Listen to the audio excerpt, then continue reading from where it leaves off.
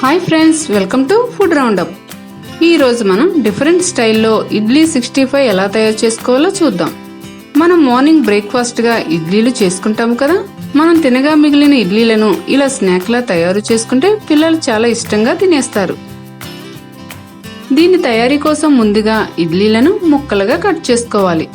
మనం 4 ఇడ్లీలను తీసుకున్నాము. ఒక్కొక్క దానిని 6 ముక్కలుగా కట్ చేసుకున్నాం.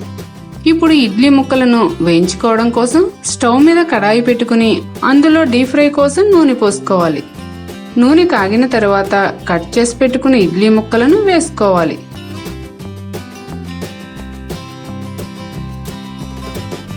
వీటిని స్టవ్ లో ఫ్లేమ్ లో పెట్టుకుని 5 నిమిషాల పాటు వేయించుకోవాలి. ఈ ఇడ్లీలు కడాయికి అంటుపోకుండా నెమ్మదిగా అటు ఇటు కలుపుకుంటూ వేయించుకోవాలి.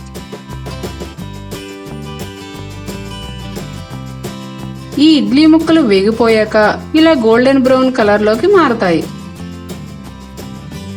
ఇప్పుడు వీటిని నూనెలోంచి బయటకు తీసేసుకుందాం.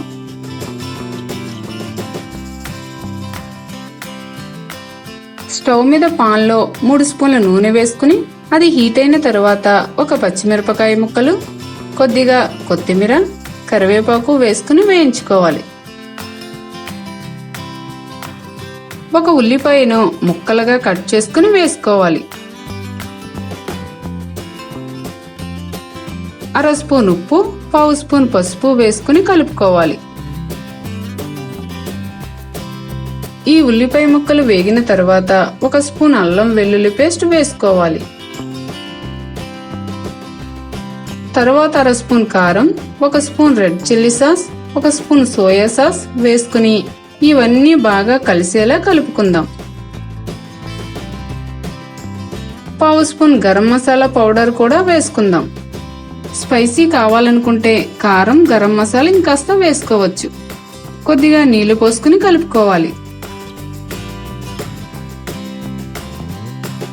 చివరిగా మనం వేయించి పెట్టుకున్న ఇడ్లీ ముక్కలను ఇందులో వేసుకుందాం.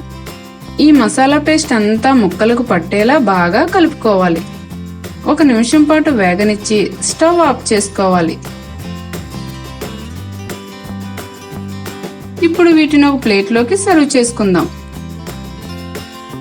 చూసారుగా, ఎంతో రుచిగా ఉండే ఇడ్లీ 65ని మనం చాలా సింపుల్ గా క్విక్ గా రెడీ చేసుకున్నాం.